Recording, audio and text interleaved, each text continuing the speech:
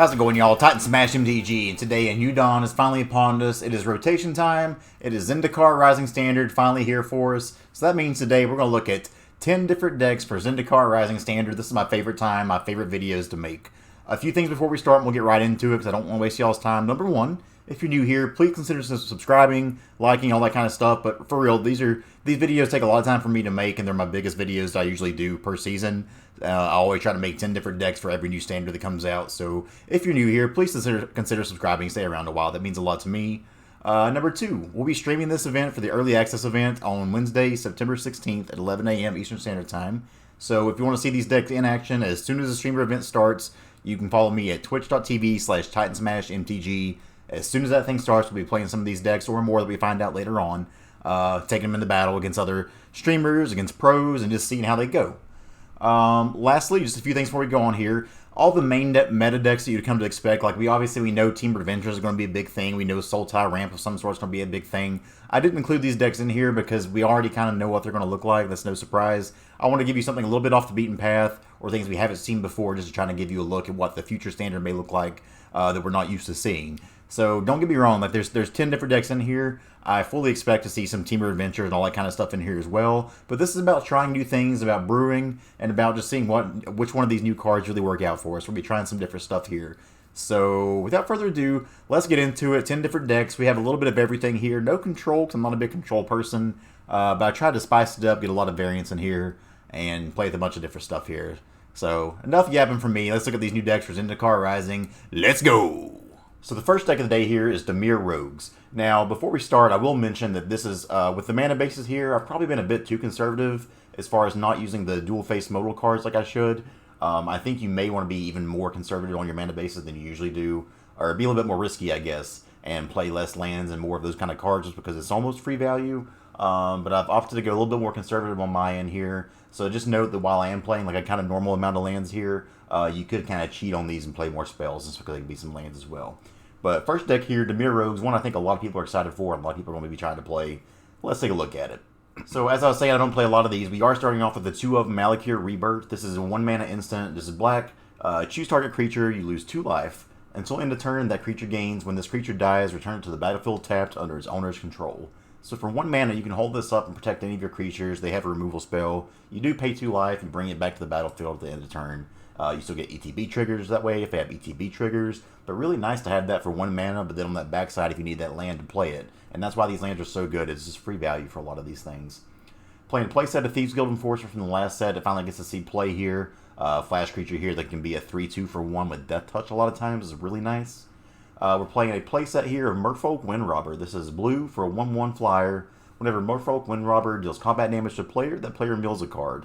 Sacrifice Merfolk Windrobber, draw a card. Activate this ability only if an opponent has 8 or more cards in the graveyard. So you'll see here there's a big mill theme with rogues, and usually in a world of Euros and whatnot, that's really scary. But this is what this deck wants to do, is mill the opponent to buff your creatures up, get them bigger, and attack. So this theme is really consistent throughout the deck, and it really helps certain cards of ours like Drown in the Loch, which we're playing. Drown in the Loch now was mostly just a 2-mana kill a creature or counter a spell. This is the best gel it's ever had, so even though it gets to see a lot of play the last standard, really think it's going to work out well in Dimir Rogues. So we're playing a playset of Soaring Thought Thief. This is blue and black for a flash flyer, 1/3, so that's already okay stats on its own. As long as the opponent has 8 or more cards in their graveyard, rogues you control get +1/+0. When 1 or more rogues you control attack, each opponent mills 2 cards. This does such a good job of not only pumping your rogues up when you have that 8 cards in there, but also just milling when you attack helps get you to that place really fast. And you'll see every card here has that synergy. I don't think it's going to be hard whatsoever to get 8 cards in the graveyard with these things. It seems like it happens so easily. So, Soaring Thought Thief, nice little semi-lord there for us. So next up we have Nighthawk Scavenger. This is 1 double black for a 1+ star, 3 toughness, flying, death touch, and lifelink. Nighthawk Scavenger's power is equal to 1 plus the number of card types among cards in your opponent's graveyard. So this works really well again with that mill strategy. You're constantly milling the opponents, putting cards in their graveyard, and as you do, you're increasing the power on this one. So this can very easily be a 4/3 for 3. A 4/3 flying, death touch, and lifelinker for 3 mana is just kind of crazy. So, you know, big shout out to our old flying friend from old ZENDIKAR. This may be even better than that, which is wild. Playing a whole playset here of Black Bloom Rogue. This is 2 and a black for a 2/3 menace. Black Bloom Rogue gets +3/+0 as long as your opponent has 8 or more cards in their graveyard. And the beauty of this is not only is this a 5/3 for 3 minutes, a lot of times it's a land on the back, and that's why again I can't stress enough how good these dual face cards are. Where you have an already playable card on the front end, but then if you need to use it, you have the land on the back end. So a lot of times you just throw this down. You've already been milling the opponent. This is a 5/3 menace for 3. That's good value. Playing a playset of Brazen Bar right here. You know, Petty Theft still a useful spell, and then Brazen Bar being a rogue itself is nice. So at the top end here, we have Lull Mage's Domination. This is triple blue and X. The spell costs 3 less to cast if it targets a creature whose controller has 8 or more cards in their graveyard. Gain control of target creature with converted mana cost X. Now, this is really nice because, like I was saying before, putting Euro and things like that in the bin and filling that up for them is always scary. But imagine if you just mill them out, and on turn 4 they play that Euro, and then you already have the 8 cards in their yard still after this, and you just pay 4 mana and steal their Euro. The value is there. Like all the time, like pretty much all the time, I imagine when you have this spell, you're going to be putting enough cards in the graveyard where this is automatically taking creatures. You pay this for 3, or pay it for 4, and you're taking 4 mana creatures there. I really think it's actually main deck worthy in a deck like this. Kind of insane. Finishing off the top end, our old friend Rankle is back as a 2 of here. Flying Haster here with a bunch of different things it can do. Also a rogue. And then the whole reason to play this deck, one of my favorite cards from this new set, Zerathan the Trickster. This is 3 blue-black for a 4/4 flash. You can pay 2 blue-black, return an unblocked attacking rogue you control to its owner's hand. Put Zerathan the Trickster from your hand onto the battlefield tapped and attacking. Whenever Zerathan deals combat damage to a player, you may put a target permanent card from the player's graveyard into the battlefield under your control. So again, this works well with the mill strategy because we've been milling them, putting a bunch of stuff in their graveyard, so that way with Zerathan we can take it. If you have one of your like more dinky little rogues going in there unblocked, you just flash this in instead, hit that damage, and then all the stuff you put in their graveyard, now you can kind of choose from it and decide what you want to put in. So Rogue Jitsu is the new thing, or out with Ninjutsu, up with Rogue Jitsu.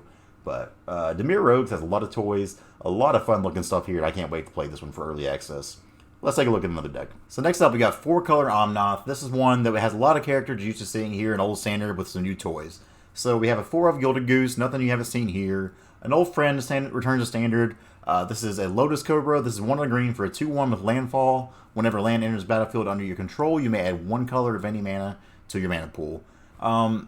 Lotus Cobra can let this deck do some absurd things. It is possible with the right start on turn 3. You can play Euro, Titan of Nature's Wrath, and Teferi, Master of Time, all on turn 3. Kind of insane there. We're playing a whole playset of Cultivate here. Make sure we're hitting those land drops. A whole playset of Euro. But then we get to the spicy stuff here. Omnath, Locus of Creation. So, red, green, white, blue for a 4/4. When it enters the battlefield, draw a card. Landfall. When land enters the battlefield for the first time in your control, you gain 4 life. If this is the first time this ability is resolved this turn, if it's the second time, you add red, green, white, blue, and then if it's the third time, you deal 4 damage to each opponent and each planeswalker you don't control. So you're really trying to hit this off the Genesis Ultimatum, which we'll talk about later. But even in the end, you know, when you first cast this, you're drawing a card automatically. If you play a land every time after that, you're gaining 4 life for the first time each turn. So like, there's no way red decks can really keep up with that kind of value. Omnath is a big toy for these kind of decks. And Lotus Cobra, Gilded Goose, all these kind of things make it very playable on turn 3. 2 of Teferi, Master of Time, just the nuisance that we're used to seeing in Simic decks already. A really fun one here, and I'm not sure if it's really good or not, but I want to try it out, is Ashaya, Soul of the Wind. This is 3 double green for Star. Ashaya, Soul of the Wind's power and toughness are equal to the number of lands you control. However, non-token creatures you control are forest lands in addition to their other types. So if I'm reading this correctly, every time you play a creature, it also counts as a land, which means it's a landfall trigger for your decks that need it with Omnath. It is an extra power and toughness for Ashaya, and then all the things that would say something like destroy all non-land permanents, or things like Brazen Bar or Petty Theft that bounces a non-land permanent, all your stuff's lands, so it doesn't matter. So Ashaya, Soul of the Wild, something I really want to try here and see how it works out. Tear the Peaks here, when you play in Genesis Ultimatum, you only play Tear the Peaks, you get these big power creatures that come down, hit them in the face for big damage there. We're playing the whole playset of Genesis Ultimatum here, and the top end of 2 Ugin the Spirit Dragon. Now, I opted to not go too heavy on the kind of flip cards on this one that count as spells and lands, because you can't play them off of Euro. And again, that may be completely wrong. I know I maybe want some number of Symbiosis here, but as a whole, I think this is where you want to be with this deck. There's probably a lot of different ways to build this and make it work, but as a whole, a lot of this is already proven powerful cards, and it gets more gas with this set. So 4 Color Omnath, I'm sure there's different ways to build this, different ways to break it. Curious to see how it's done. It's going to be a terror in Standard, I'm afraid. Let's go to deck number 3. So the next deck we're going to look at is one that I'm looking forward to more than anything, because y'all may know that I'm a Gruul person on this channel. You can buy that at merch.streamelements.com/TitansmashMTG if you'd like. But we're going to look at some Gruul Landfall. This is the one that got, a lot of people requested this from me early on, and I wasn't quite sure if it had the legs to make it in Standard here at first, but it ended up getting so many prints, new toys printed for it that I think it actually is going to have a shot here. So basically at the 1-drop slot, we have a 4 of a Akuum Hellhound. This is red for 0-1, but landfall, whenever land enters the battlefield under your control, Akuum Hellhound gets +2/+2 to end a turn. So you play this as an 0-1, but every time you're attacking, it attacks as a 2/3 if you're hitting your land drops, which is really, really nice for a 1-drop. At the 2-drop slot for red-green, we have Brushfire Elemental. This is a 1/1 with haste. Brushfire Elemental can't be blocked by creatures with power 2 or less. So if you play this on 2, and usually you couldn't really afford to attack on turn 2 because it get chump blocked real easily, the things that are usually be blocking this couldn't block it anyways. Landfall, when a land enters the battlefield under your control, gets +2/+2. And you'll see that's a common theme here. You play your land, this stuff gets +2/+2, and you really just put a big hurt on the opponent. 4 Lotus Cobra here as well. Just being able to get those landfall triggers and just ramp out all your aggressive creatures or maybe some artifact equipment that you have here. Really, really nice in this deck, and I think it's what it wants. At the 3-drop slot here, we're playing a whole playset of Kazandu Mammoth. This is 1 double green for a 3/3. Landfall, it gets +2/+2. But the beauty of this one is not only is it already just a 3/3 on its face, which is nice, and it gets pumped up as a 5/5 attacker with landfall, it's got that forest on the back end, so if you need that additional forest, you're just getting it stapled on to an already fine creature. Exactly what this deck kind of wants here. 2 of Rada, Heart of the Kale, just being able to have a 3/3 first strike here when you attack that lets you play lands off the top of your library, just ensures that you're always hitting those land drops, so you're always getting those triggers there. 4 of Migratory Greathorn. I think it really fits in nicely in this deck. So, you can mutate onto it, so that way it still gets pumped up, and it's already a 3/4 on its shell there. So a lot of times if it gets +2/+2, you're talking about a 5/6 attacker that is ramping a land on the battlefield for you. If you're playing this on turn 3, you played your land for the turn, and you get this off here, so that's 2 landfall triggers and you attacked. That's just so much damage to throw at an opponent. 3 Questing Beasts, we know what the card does. It's too good not to include in here. 2 of a Shy Soul of the Wild here. Now this is one that may be too cute for the deck, to be honest, but I think just having all of your creatures count as both landfall triggers, like everything you do here counts as a landfall, whether it's an actual land or it's a creature. It's worth considering here. This may be one that ends up getting cut later on, but this is for the sole purpose of testing. I think we have to include it. One of the exciting reasons to play Gruul Ramp here is Morog, Fury of Akuum. This is 4 for double red, so 6 mana total for a 6/6. Each creature you control gets +1/+0 for each time it is attacked this turn. Landfall, when land enters the battlefield under your control, if it's your main phase, there's an additional combat phase after this phase. At the beginning of that combat, untap all creatures you control. There's a lot of ways to do really nasty things with this, but even for just simply getting 2 combat steps per turn, a lot of times that's going to be enough to just kill an opponent right out, or force them into blocks that are so unfavorable for them that we're left in a position where it's going to be hard to lose. So even though 6 mana is a lot, things like Lotus Cobra, things like Migratory Greathorn can help ramp us up a little bit to get this out, and with a board that gets constantly pumped with these landfall triggers, it's going to be hard to lose in that position. We're playing 2 Shadow Skull Smashing and 2 Turn Timber Symbiosis. These are the flip cards, we have a spell on the one side and then land on the back side. These are nice because they can come in untapped with the 3 life if we need to, or if it just need to be a tapped land, we can do it tapped. But, we get late game, we're kind of top deck mode here. These are really nice things to either have the removal spell with Shadow Skull Smashing, or just to find a big creature like with Turn Timber, and put it down. Finally, the last instant sorcery kind of thing we have here is Whirling Regrowth. Is a 2 of. I don't know if this quite fits in this deck, but I think this is actually a really neat as a combat trick kind of thing. So it's an instant for 3, sacrifice a land, search your library for up to 2 basic land cards, put them on the battlefield tapped, and shuffle your library. So there's a lot of times we can go into combat, say whether they block or not, we can sack that land, then we grab 2 more, put it on the battlefield. That's 2 landfall triggers. That can be a lot of just damage out of nowhere they don't expect. And again, it ramps you up to your expensive things like Morog. So as far as artifacts here, we have Skyclave Pickaxe, and this maybe should be a 4, I'm not quite sure. It's just a single green mana. When Skyclave Pickaxe into the battlefield, attach it to target creature you control, so no equipment cost there. Landfall, when a land enters the battlefield, target creature you control gets +2/+2, or equip creature. So you can play your 1-drop that gets +2/+2 when it enters anyways, and then you play this on turn 2, and all of a sudden you're swinging for 6 in one turn. You're putting a huge clock on them really fast. Again, maybe this should be a 4 of, I'm not sure. Now that 2 and a green equip cost is kind of expensive, but the fact that this attaches to a creature when you first play it makes it really nice.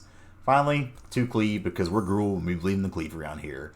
So, really interested to see how this works. We're playing 21 lands, but we do have the other lands on the back of the spells and our creatures, so I think it'll work out okay. Really excited to try this one out. I think Gruul Landfall is going to be beating some people down this next standard. Let's take a look at another deck.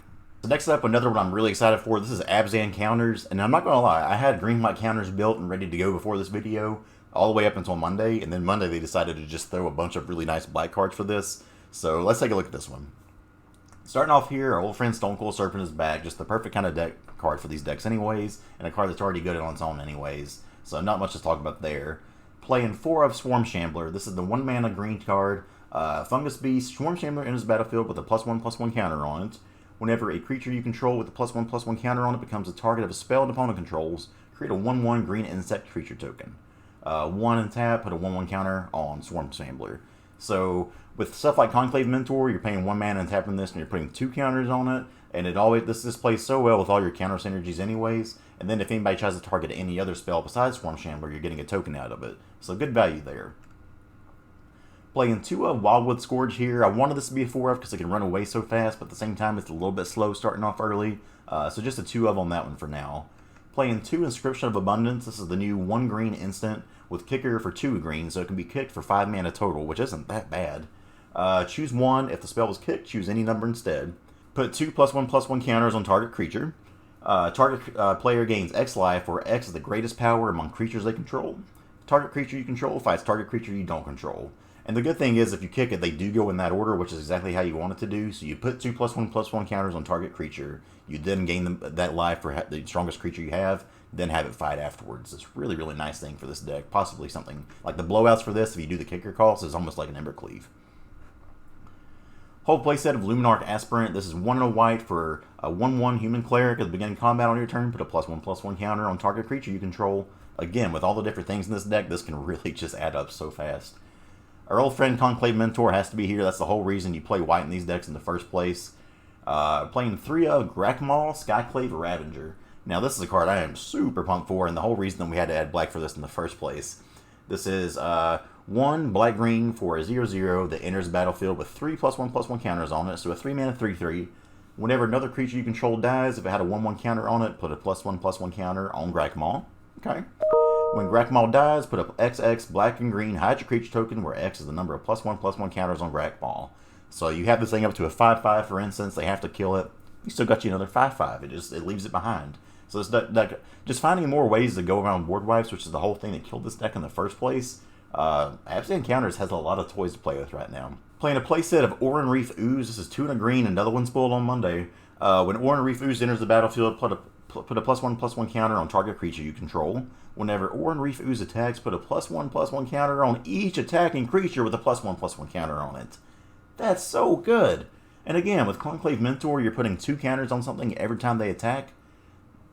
This deck just got really, really nasty, I think, and it's really nice. So we're playing 2 of Nissa of the Shadow Bogues. This is 2 black-green for 4 loyalty Planeswalker. Landfall. When a land enters the battlefield under your control, put a loyalty counter on Nissa of the Shadow Bogues. +1, untap target land you control. You may have it become a 3/3 elemental creature with haste and menace until end of turn. Still a land. Okay. But even the -5 here plays with the counters, funny enough. -5, you may put a creature with converted mana cost less than or equal to the number of lands you control onto the battlefield from your hand or graveyard with 2 +1/+1 counters on it. So they kill your biggest creature, you get this Nissa here, play your land, you can -5 it right away, grab a creature back, put some counters on it. Nissa playing really nice here, and it's just another threat they have to answer. Our old friend Pelucranos comes back, Pelucranos Unchained, 2 black-green for technically a 6/6 that can come back as a 12/12. Fight creatures, you can put counters on it. Like, Pelucranos has found a home here. This is going to be the best shell for it, I think, and I'm really excited to see what it does in this. Lastly, Felidar Retreat. One that's just super, super interesting card here. This is 3 and a white enchantment. Landfall. When a land enters the battlefield under control, choose 1. You can either create a 2/2 white cat beast creature token, or put a +1/+1 counter on each creature you control. Those creatures gain vigilance and they end a turn. What the actual... I mean, if they board wipe you and you got an empty field, you just play a land and you make a 2/2, so you're constantly generating threats. Or if you have a big board already, you play that land, put a counter on things, vigilant it up, swing in. I'm so excited for this deck. Like, this deck just got so many toys, it's insane. Lastly, 2 of Boswi's Lieutenant here at the top end, giving us a little bit more wrath protection. They kill our stuff, we make a token. You love to see it. So Abzan Counters looking really nice for this new meta. I can't wait to play this one. Let's take a look at another one. So next up we have Boros Warriors / Boros Nahiri. This is another one that just kind of came out of nowhere for me, but I'm looking forward to playing this one. So we have a big warrior sub-theme here. Now we have Fervent Champion as 4-of, which isn't a warrior, but we do have a bunch of equipment in this deck, and it equips equipment costs for cheaper. So Fervent Champion, the only non-warrior in the deck. We're playing 2 Resolute Strike here. This is a 1 mana white instant. So 1 mana for target creature gets +2/+2 in end of turn. If it's a warrior, you may attach an equipment you control to it. I cannot wait for the blowouts in this thing in combat. You go to swing with your little 1/1. Oh, just kidding. It's a 3/3. No, it's a 5/5 because you equip the Skyclave to it also. Get a lot of damage out of nowhere with that one. Playing 2 of Shadow Spear here. Just another nice little cheap equipment from Theros. So Shadow Spear coming in, giving you lifelink, giving you trample, get that damage through that you need to get. Seasoned Hallowblade is back in this deck. It's another warrior that's already good. We've seen it in Winota Shells. It's something that holds an Embercleave well, something that holds a Shadow Spear well, and being able to survive a board wipe is really nice here. Playing 4 of Core Blade Master. This is 1 and a white for a 1/1 with double strike. Equip warriors you control have double strike. So the way these kind of things add up, that value adds up, and these get real nasty real fast. 4 of Kerrigan Intimidator. You know, again, 1 red, 3/1. Cowards can't block warriors. Pay 1 mana to choose one that has been chosen this turn. Kerrigan Intimidator gets +1/+1 at the end of turn. Target creature becomes a coward in the end of turn. I still just love that. And then target warrior gains trample until end of turn. So when you equip this, especially, given it, you give it a bigger butt, you can make it a flyer with the Maul of the Skyclaves. There's just so many things you can do with this card. It's a really nice aggressive warrior for this deck. Speaking of which, Maul of the Skyclaves again. Maul of the Skyclaves, 2 and a white. So Maul of the Skyclaves enter the battlefield, attaches to target creature you control. Equipped creature has +2/+2, flying, and first strike. The fact that it attaches automatically and you don't have to pay for the cost is super nice. And then we have things like Nahiri, which also attach it. Just super cool card. Playing a 4 of Akiri, Fearless Voyager. This is 1 red-white. Whenever you attack a player with 1 or more equipped creatures, draw a card. It's also a 3/3. So you're getting a card draw in Boros is kind of hard to come by. So the fact that you get a nice little creature here that gives you card draw in Boros is super sweet. You can pay a white. You may unattach an equipment from a creature you control. If you do, that target creature gains indestructible in the end of turn. Again, this deck gets to beat down, it gets to draw cards, and then it gets to have multiple different ways to survive wraths. I mean, this is what you want to do. So you'll notice I'm missing 4 cards here. Kerrigan War Leader is 1 red-white for a 3/3. Other warriors you control get +1/+1. The site that I use to edit these things isn't really updated like it usually is, so I had to do a lot of editing on my end to kind of make this work in time. But forgot to add that one in there, but we have a whole lore for everything in this deck minus the Fervent Champion. Fantastic. Finally, believe in the cleave. We love the cleave around here. Boros Warriors, Boros Nahiri. And we can't forget to talk about old Nahiri, Heir of the Ancients, 2 red-white for 4 loyalty Planeswalker. Create a 1/1 white core warrior token. You may attach equipment you control to it. Not bad for a +1 there for holding these. We have these equipments on the battlefield that are no longer being used. Make that warrior token. Bam. Attach equipment. You good to go. -2. Look at the top 6 cards of your library. You may reveal a warrior or equipment card from among them and put it into your hand. Put the rest into the bottom of your library in a random order. Okay, that's really good card selection for this deck. And then -3, I don't think we'll use too often, but it deals damage to target creature, planeswalker, equal to twice the number of equipment you control. Don't see that one coming up too often, but it's a nice option to have. But as a whole, we get a really nice, really synergistic deck here that does a lot of neat things, versatile. I'm just really excited to play these decks, man. These look like a lot of fun. Well, let's take a look at another one. So next deck we're going to look at here is Big Red. Now this is one that a lot of people kind of like these kind of archetypes. Now I'll admit, I think they're pretty bad usually, and I'm not even sure how this one will do. But it's something that I think a lot of people want to play some of these cards and try them out, so I wouldn't be surprised if you see this on the ladder or in the early access events if you're playing. We're playing 1 of Perforos Intervention here, just a cheap removal spell early or late in the game if you need that trample haster, you've got that.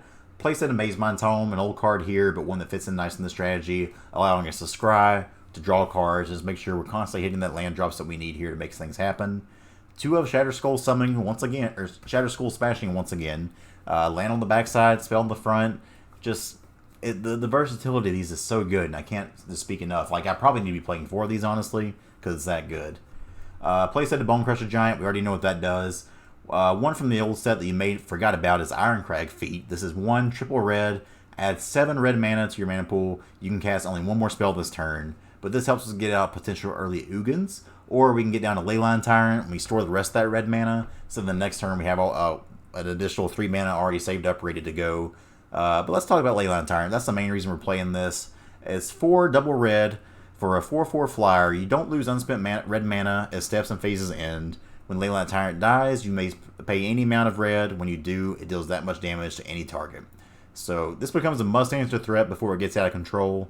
If people don't answer this, then you're just going to ruin their day. And the fact that you can keep all that mana as the game goes on is just super, super nice. Playset of Solemn Still and Akram, 4 mana, ramp creature that draws you a card when it dies. That's what we're looking for here. Tectonic Giant getting to see a little bit of play here is a 2 of.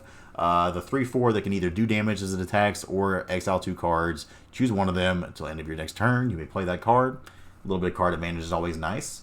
Chandra Heart of Fire, we're seeing play as a 2 of here. We're even trying Perforos the Bronze Blooded. Getting real spicy with this one, y'all, but I do want to try it out.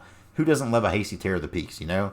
But we're playing big fat creatures, so Tear of the Peaks is a 4 of here, 5/4 flyer. And again, just anytime you play any of these fat creatures, you're pinging people in the face or moving creatures out of the way where you can keep on getting that combat damage in. Finally, at that top end, 2 Ugin the Spirit Dragon. Now, you'll notice the mana base is pretty simple with all the mountains, but we are playing 2 Crawling Barrens. Tap it to add a colorless, or you can pay 4 to put 2 +1/+1 counters on it. It becomes an 0/0 elemental creature until end of turn. It's still a land.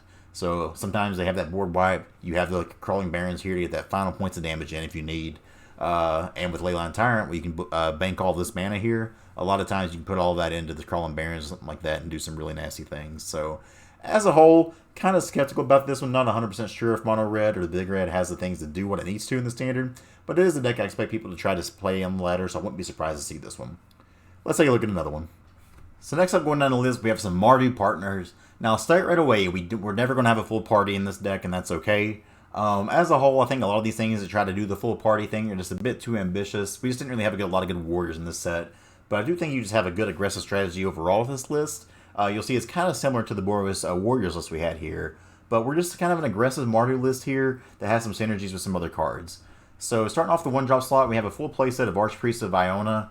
The 2 button on this is really nice, and the fact that it can be a 2/2 or a 3/2 sometimes is really good for a 1-drop. Now that bottom clause is never going to matter, but just having a versatile 1-drop here, really, really good. Again, we're playing 4 of Kerrigan Intimidator here, a card that I already love in this set. Like I said, it fits in really well here. You play your Archpriest on 1, you play the Intimidator on 2, and all of a sudden that Archpriest is a 2/2 right off the bat, and then you have the 3/1 down. We have Robber the Rich, our old friend from the last standard, which is a rogue. So it comes down, does what it does. Seasoned Hollow Blade is a warrior. So we're getting all these different kind of creature types here. We have a cleric, a warrior, a rogue. We have the vampire once again here coming in to do damage, which is really, really nice. 2 Maul the Skyclaves. Again, I think this is just a good card that fits really well in these kind of shells. So I'm really wanting to try this out here. An odd one which may kind of seem surprising is Relic Robber. A 2 and a red, 2/2 with haste. Whenever Relic Robber deals combat damage to a player, that player creates an 0/1 colorless Goblin Construct artifact creature token with this creature can't block, and at the beginning of the upkeep, it deals 1 damage to you.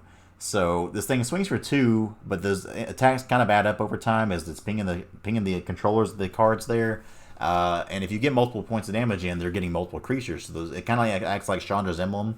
So I don't know if this one's good or not, but it's a rogue that fits in the party mechanic, and I wanted to try it out. And again, it's another haste creature for a deck that wants to be fast, so I kind of like it there. Trying out 2 Tabarak, Hope's Demise. This is 2 and a black for a 2/2 flyer. Tabarak's Hope's Demise has lifelink as long as it has 5 or more +1/+1 counters on it. Whenever another non-token creature you control dies, put a 1/1 counter on Tabarak's. If that creature was a cleric, you may draw a card. If you do, lose 1 life. So just a creature that's a cleric here, which fits for the party mechanic. We don't have a lot of clerics here also. But again, if they have removal on your other creatures, your Tabarak gets a little bit more life, or +1/+1 counters, and can potentially draw a card, gain life. So nice little versatility there. A flyer that gets through some damage in the air, we like to see that. 2 Nahiri, we've already talked about Nahiri, but again, it fits in really well with this one. I'm playing 1 Outlaw's Merriment. I don't expect this to be very good, but it is kind of funny that it makes a warrior, cleric, or a rogue. So we're going to try 1 just for the memes of this deck and see if it works out. It may potentially be great, who knows? 4 Embercleave, because this is another deck that wants to be believing in Cleveland, so we love that. Finally, at the very end of the deck here, we have Zagras, Thief of Heartbeats, the main reason I added black in this deck, but this is 4 black-red, so a 6 mana total for a 4/4 flyer. This creature costs 1 less to cast for each creature in your party, so we can reduce that cost quite a bit in here. It's a flying, Death Touch, and haste. Other creatures you control have Death Touch, which makes combat a nightmare for your opponent.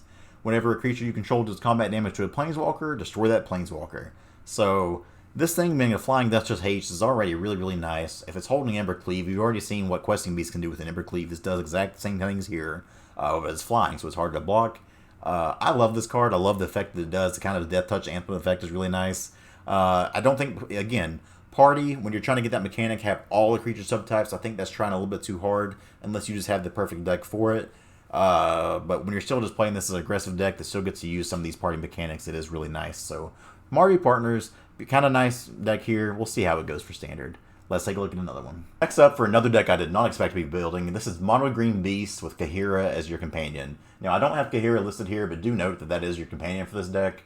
It turns out there's quite a few good beasts in this set, and as a whole here, and it works out really nicely. So again, Kahira's companion. At the 1-drop slot, we're playing Swarm Shambler once again. It turns out even though it's a fungus, it's also a beast, which is weird. But with Kahira, it's really nice because that bottom line is saying that you can pay 1 and tap it to put a 1/1 counter on it. Kahira gives everything vigilance, so you can attack him with this, and then pay that 1 and tap it afterwards. Makes combat kind of difficult for your opponent there. Playing 2 of Ram Through, just good removal in these kind of decks. A lot of your stuff has trample anyway. Lovestruck Beast can potentially be a 6/6 for 3 with Kahira out there. Turns out a 6/6 vigilance is pretty good, and it's nice because it doesn't pump up that 1/1 token, so you still have the 1/1 there as well. We're playing 3 more Kahira, the Orphan Gourd, in the main deck here. We want all the Kahira we can find, make sure that we're hitting these things on time, because Kahira really just makes all these vigilant creatures big, bulky, and hard to deal with. Playing 2 of Kanali Ambush here. This is one of the ones, again, it's an instant on the front side, which is already pretty usable, but it's land should you need it. This is 2 to green instant, target creature you control, fights target creature you don't control. 1 mana overcosted from what it would usually probably be, but the fact that it's removal when you need it, or land if you need it early on, that versatility is super nice. 4 of Garrick's Harbinger. Just card draw in green is always nice when we can get that, and it's still a nice creature on its own. 4 of Questing Beast. You guys may remember this from last Standard. It's a decent card, giving it 1 more power, and that nobody's going to complain about that. Playing 2 of Garrick Unleashed, and then oddly enough, Garrick makes beast tokens with its +1, or sorry, with its -2s there, and then giving all these creatures trample when you need to is really nice as well. So Garrick playing very good with this deck. Playing 4 of Gem Razor. You know, I expect to see a lot of Lucky Clovers flying around in this early Standard. Gem Razor coming in and saying no, taking those out. A lot of good mutate targets here, like mutating onto a Swarm Shambler that can still do its thing and grow is super nice. Playing 4 of Migratory Greathorn, and again, Swarm Shambler is another good mutate target. We're trying to ramp up here, get to our bigger stuff should we need it, and it's a beast if we need to just play it as a 4/5 with a Kahira out at least.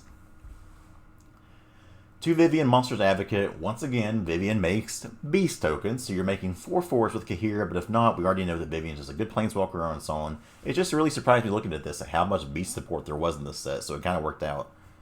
Finally, at the top end, 2 of Turn Timber Symbiosis. 4 triple green for a sorcery, so 7 mana total. Look at the top 7 cards of your library. You may put a creature card from among them onto the battlefield. If that creature has converted mana cost 3 or less, it enters the battlefield with 3 additional +1/+1 counters on it. Put the rest of the bottom of your library in any order. So we're either getting one of our big, bulky threats like the Questing Beast, or we get things like a Garrick's Harbinger, and it's a 7/6. Pretty good. And then if you need the land, you got the land. Like, again, I think I'm underplaying these type of cards in these decks, and I should probably be playing more. Let's take a look at another deck. So next up, we'll talk about some Izzet Spells, mainly because of Seagate Stormcaller. Seagate, probably one of the most talked about and argued about cards of this whole set, but we'll get down to that. Like Izzet Spells before in this previous Standard, 4 Opt, 4 Shock, 4 Crash Through, nothing you wouldn't expect there. We want some cheap 1 mana cantrips for the deck. Let's talk about Seagate, though. This is a 1 of the blue, so 2 mana total for a 2/1. When Seagate Stormcaller enters the battlefield, copy the next instant or sorcery spell with converted mana cost 2 or less. You cast this turn when you cast it. If Seagate Stormcaller was kicked, copy that spell twice instead. You may choose new targets for the copy. So the kicker on this is 4 in the blue. Now, I don't think you're going to be kicking this thing often. If you do, it's because it's a late game top deck kind of thing, but it is nice there. However, let's look at this as a 4 mana play, because you're going to be playing this for 2 mana, and then hopefully playing a 1 mana or 2 mana spell afterwards. So you play this, and then the next turn, say if you shock, you can double shock something, you can double crash through.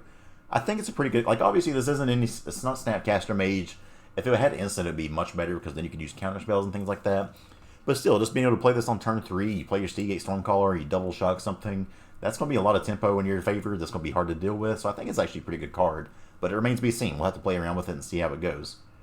We're playing 4 of Sprite Dragon, 4 of Riddle Form. Nothing new here for these kind of decks. It's, Sprite Dragon gets out of control with all the kind of spells you play. Riddle Form, being able to be a 3/3 each time you cast a spell is really nice. Should they have a board wipe, you just keep on playing your stuff, attacking them in anyways. Trying out 4 Frantic Inventory here. While I don't usually love this type of card, but Seagate Stormcaller can be really nasty. Say you cast 2 of these already, then you got your 3rd one late game, you play your Seagate Stormcaller, then you play your Frantic Inventory, and you're drawing like 6 cards for 2 mana. That's pretty good. 2 Shatter Skull Smashing here. Deals X damage. We already talked about this one before, but just having this spell that can be removal spell when you need it, but also be landing in the back is super, super good. Next up, we're playing a 4 of Thundering Rebuke. This is 1 in a red. Thundering Rebuke deals 4 damage to target creature or planeswalker.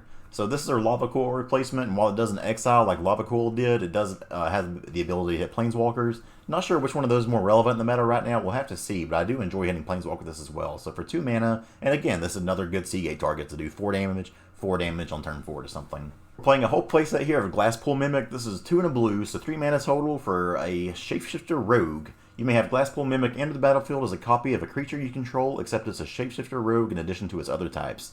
It's okay in this deck, but the big thing here, once again, it's a land on the back if you need it. So sometimes you can copy a Stormwing entity, have another 3/3 flyer with prowess. At the same time, if you don't need that, Glasspool Shore on that back end, play the land, be good to go. Just so much versatility in these decks, I love it. 2 Valakut Awakening here. This is 2 in a red, so 3 mana total. For an instant, put any number of cards from your hand on the bottom of your library, then draw that many cards plus 1. These Izzet decks always want to filter and draw a bunch of cards, so this does so, and once again, on the back, you get a land. Finally, 4 of Storming Entity at the top end to close it out. And you'll notice in this one, I play a total of 18 lands total, but we're playing Shadow Skull Smashing that have lands on them, we're playing Valakut Awakenings that have the lands on them, we're playing the Glasspool Mimic that have lands on them. Just so much versatility here to kind of cheat on your mana, so I didn't want to take advantage of that in this deck. But is it spells? Is it prowess? Is it good? Is it? Guess we'll see. So next up, we got some Orzhov Clerics. This is a clan or a tribe that I didn't really think would have much support, but it surprisingly does. And a few people wanted to see this one, so we'll take a look at it. Starting off with some removal here, we have Bloodchief's Thirst. This is a single black mana. Destroy target creature or planeswalker with converted mana cost 2 or less. If the spell was kicked for an additional 2 to black, destroy the creature or planeswalker instead. So this is a 4 mana kill anything spell, or a 1 mana kill a 2 mana creature or a planeswalker. We don't have any 2 mana planeswalkers. So just nice, cheap, efficient removal, what the deck wants. Playing 4 of Speaker of the Heavens. You'll notice this deck really plays like a mono-white life gain kind of deck, or like an Orzhov Veto deck, and we'll see some of the synergies there. So a lot of life gain is the main thing that this deck is wanting to do. We gain some life, get some big, bulky creatures, make some flyers, and then just beat down. Playing 4 of Archfiend's Vessel here, 1 mana, 1/1. We know what this does already. Playing Daxos, Blessed by the Sun as a 3 of here, double white, 2 power. Already know about this as well. Anytime a creature enters the battlefield, you're gaining life. Anytime they die, you're gaining life. And we really start to see this life gain pay off later. 4 of Cleric of Lifespawn. This is white and black for a 2/2. Whenever another cleric enters the battlefield under your control, you gain a life. When you gain life for the first time each turn, put a +1/+1 counter on Cleric of Lifespawn. So this thing here not only helps your life gain synergy, but it buffs itself up each turn. If they don't remove it, it gets really hard to deal with for a lot of these decks and gets out of control. Playing a 3 of Heliod Suncrown, 2 and a white. Again, just all these different ways to play these big, hard-to-answer threats that help you gain life so often and make your battlefield not just little white weenies, but actually big attacking creatures. 3 of Veto, Thorn of the Dusk Rose. We had a lot of fun with this one in the last early access event, but every time you gain life, an opponent loses that much life. So we're curving out, we're playing our big creatures and draining them in the process with this. You love to see it. 2 of Tabarak's Hope's Demise, 2 and a black for a 2/2 flyer. Tabarak's Hope's Demise has lifelink as long as it has 5 or more +1/+1 counters on it. If that comes up, we're probably already winning the game anyway, but it's a nice little clause to have. Whenever another non-token creature you control dies, put a +1/+1 counter on Tabarak's. If that creature was a cleric, you may draw a card. If you do, you lose 1 life. Always nice to have a way to make this thing bigger and to possibly draw a card, since most of our creatures are clerics here anyways. Paying a 3 of Aura Skyclave Hierophant. This is 2 white-black for a 3/3 with lifelink. Decent on its own. Whenever Aura Skyclave Hierophant or another cleric you control dies, return target cleric card with lesser converted mana cost from your graveyard to the battlefield. This really just makes removal a nightmare for the opponent. If they don't have sweepers, and all of a sudden you just kind of cascade this stuff down and get a lot of value. Nice to see. We love to see that in this kind of deck. And again, you're just playing these creatures, gaining life, swinging in and just being a nuisance to your opponent. At the top end here, we have Drana the Last Blood Chief. This is 3 double black for a 4/4 flyer. Now, I'll say off the bat, this is the one I'm not 100% sure on. It just seems a bit too slow for me, but I know people really want to see this card played, so I'm going to try out as a 2 of. Whenever Drana the Last Blood Chief attacks, a defending player chooses a non-legendary card from your graveyard. You return that card to the battlefield with the +1/+1 counter on it. That creature is a vampire in addition to its other types. So it's a good obviously that effect is very powerful, but when you're paying 5 mana for something that does nothing on ETB, that's probably just too slow for standard. We're going to try it out though and see how it works. So lastly, a 4 of Agadeem's Awakening. This allows us to cheat on our mana a little bit and play this card. This is triple black and X. Return from your graveyard to the battlefield any number of target creature cards that have a different converted mana cost of X or less.